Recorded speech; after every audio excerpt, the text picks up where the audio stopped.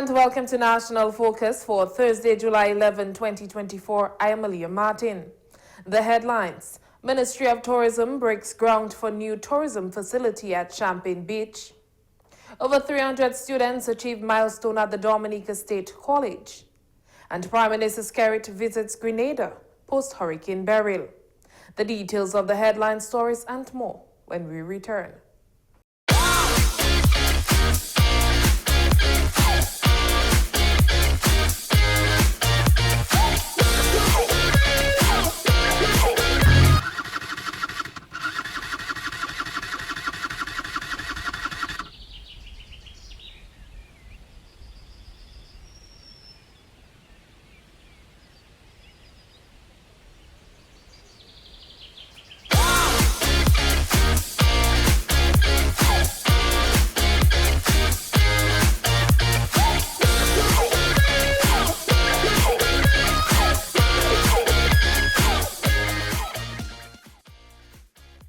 Ride safe, wear a helmet, safer roads in the nature aisle.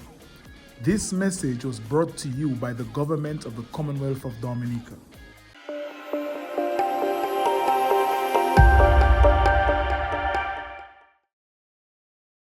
Welcome back. A contract signing and groundbreaking ceremony has been held for the construction of a modern tourism reception facility at Champagne Beach. The ceremony was held on Thursday as government, through the Ministry of Tourism, continues its efforts to provide an enabling environment to facilitate the development and expansion of economic activities in tourism. Minister for Tourism, Honorable Denise Charles Pemberton, says the construction of this facility will not only uplift the community, but add to the economic development of the tourism sector and Dominica. Today is a historic moment, especially for the people of Point Michel.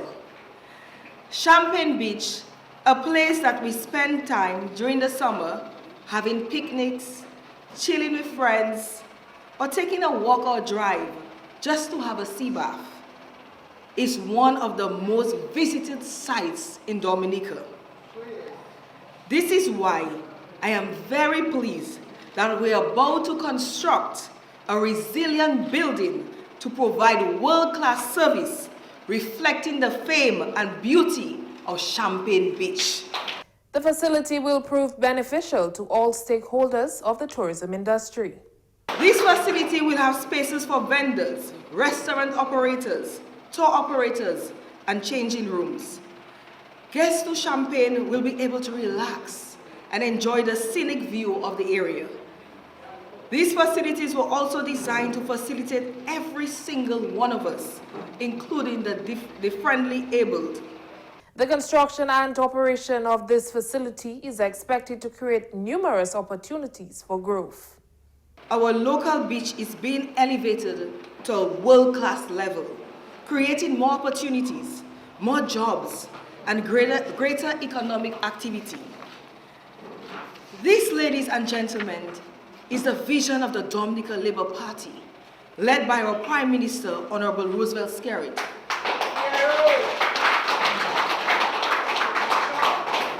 Who has wisely placed tourism as one of the key pillars of economic transformation.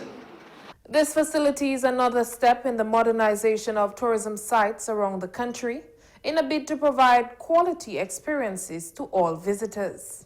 Tourism has proven to be the fastest rebounding industry after any major disaster, inclusive of the COVID-19 pandemic, and has the potential to create hundreds of jobs, both directly and indirectly, sustainable jobs, that's it. Today is a significant step forward in our nation's commitment to developing all our natural wonders with modern, multi-use facilities that will provide our guests with comfortable, safe, and enjoyable experiences. Meanwhile, Minister for Fisheries, Blue and Green Economy, Honorable Julian Defoe, says it is a testament of government's commitment to sustainable tourism. The agreement signed between the government of Dominica and the CARICOM Development Fund is a significant milestone in our journey to enhance the visitor experience at Champagne Beach while safeguarding our precious marine resources. And I must tell you, we tried endlessly before to come up with something like that. So eventually it is here. This project exemplifies our commitment to sustainable tourism development, where economic growth and environmental protection go hand in hand. Over 300 students bade farewell to the Dominica State College as they received their diplomas during the 22nd commencement ceremony held at the Windsor Park Sports Stadium on Wednesday. The ceremony saw students graduating from various disciplines across the faculties of Applied Arts and Technology, Arts and Sciences, Education, Health Sciences, and General Studies. In her first charge to the 2024 graduating class, Ms. Trudy Christian offered words of wisdom and guidance to the newly minted graduates. I charge you today to work conscientiously toward creating a legacy which will make a difference to the profound storyline of your country and indeed your world.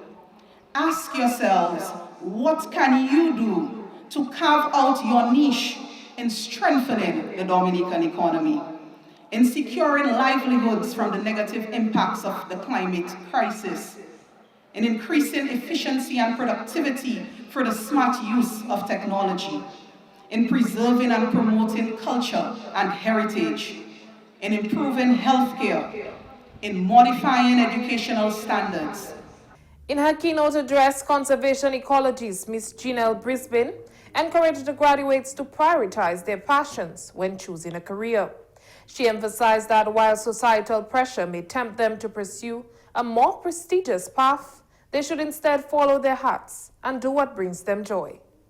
So find what sets your soul on fire and pursue it relentlessly and unapologetically, because that passion is yours, never to be taken away, and through it all will be the force that keeps pushing you forward. Value every experience. Every experience, no matter how small or seemingly insignificant, adds value to your journey. We all start small, but it is these experiences that build our foundation.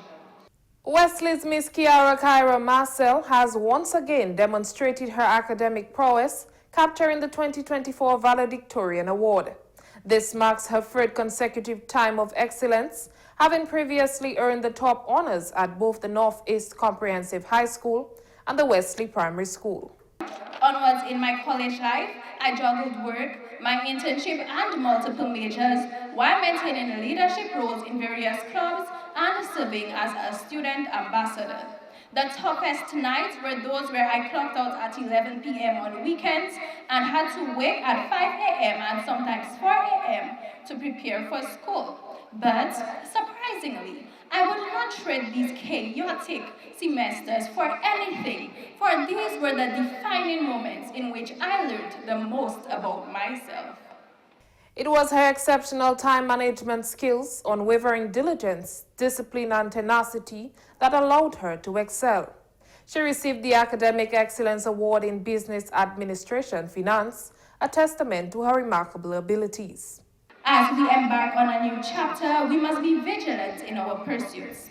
Whether you wish to continue your studies, immediately enter the workforce, or take a gap year, your choices are all viable.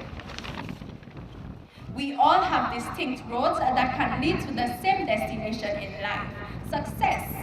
For those of you who will be continuing your studies and have not yet decided on a degree, I advise you, please do not select an area of study by Googling top 10 best paid majors in 2024, as many of us are guilty of doing during our first semester at the Dominica State College. Instead, when making these life-changing decisions, allow yourself to be mentored by people that will speak positively into your life, and most crucially, factor in your passions. GIS extends warm congratulations to the graduating class of 2024, wishing them all the best in their future pursuits and endeavors. Prime Minister Honorable Roosevelt Skerrit, along with Prime Ministers of St. Lucia and St. Kitts, visited Carriacou, Petite Martinique, and other affected areas in Grenada on Wednesday to assess the damage caused by Hurricane Beryl. The Prime Minister has been a steadfast supporter of the islands and their people affected by the recent weather conditions. In a recent interview with GIS Grenada, he reaffirmed his commitment to providing continued support to those in need. The devastation is dramatic, and it's going to cost a lot of money to rebuild infrastructure. And an element, sometimes we look at the infrastructure, but sometimes the folks don't pay attention to people's livelihoods and the impact it will have on people for many years to come. And so we stand in solidarity. It's unfortunate that these instances, these storms, come and people get to understand the challenges and the alarm that we've been talking about. CARICOM has created committees to assist in the movement and distribution of resources. We will work with the government of Grenada as we can to help with the reconstruction and rebuilding. At CARICOM level, as you know, we have a subcommittee of prime ministers who have been charged with coordinating the mobilization of resources. And even if the storm did not affect Dominica, but I serve on that committee as well, because I believe it's important for us to show solidarity, because any island that gets affected, we're all affected, one way or the other. And so I want to urge the people of Grenada to work together. He says there must be unity in the country as they move towards recovery. This is not a time for us to point fingers and lay blame at anybody. This is a time for us to come together and to help those persons who are in need.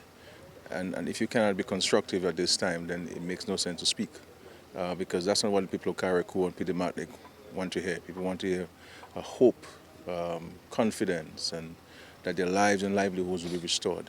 And so we're very grateful. I want to particularly recognize the government of the French Republic who are here, the ambassador who is here to show his government solidarity. And so we look forward to working with partners like this to bring coordinated, sustained relief and development and reconstruction to these islands. Prime Minister Skerrit added that there has to be patience in the recovery efforts. The hurricane season has now been extended to December, no longer September. And it's a reality that we're faced with. But we have to be hopeful. You know, we have to do a lot more by ourselves. That's reality. And I'm urging all to exercise patience, because only by patience and working together we got to overcome this challenge. We have gone through this in the past in Grenada, and we have some experience, and certainly those experiences will be brought to bear towards the reconstruction efforts in Grenada. Next week, Tuesday, Prime Minister Skerrit, along with other OECS prime ministers, will be visiting St. Vincent and the Grenadines as they travel to the islands which were impacted to get a first-hand view of how best to offer assistance. You're watching National Focus. More when we return.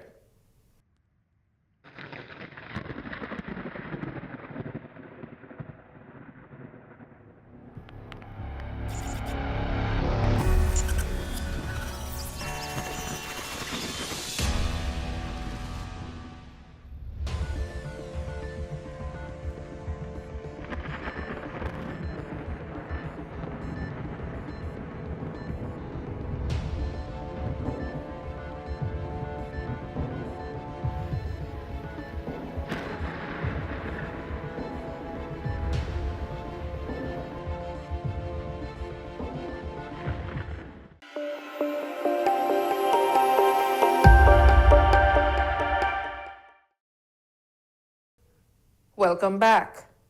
The Ministry of Education is celebrating a successful 2023 to 2024 school year despite challenges.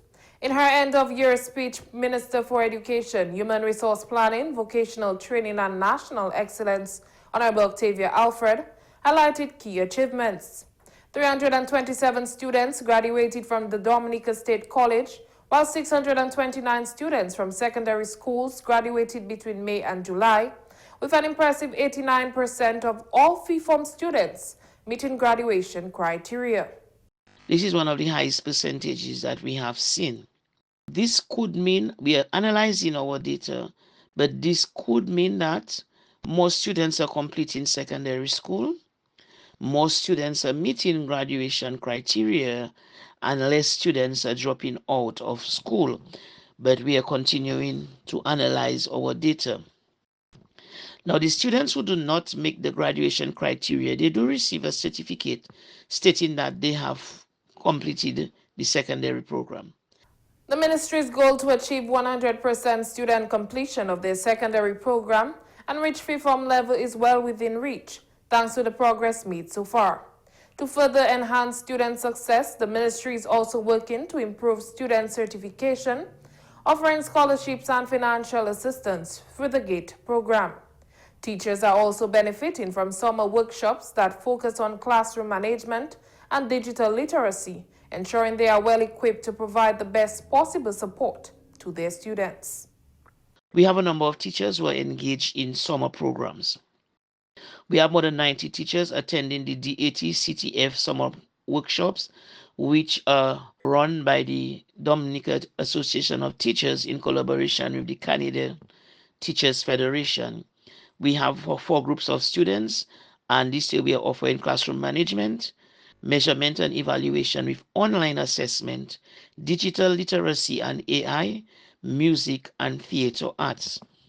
In addition to that, we have another groups of students who are attending workshop organized by IT for Dominica.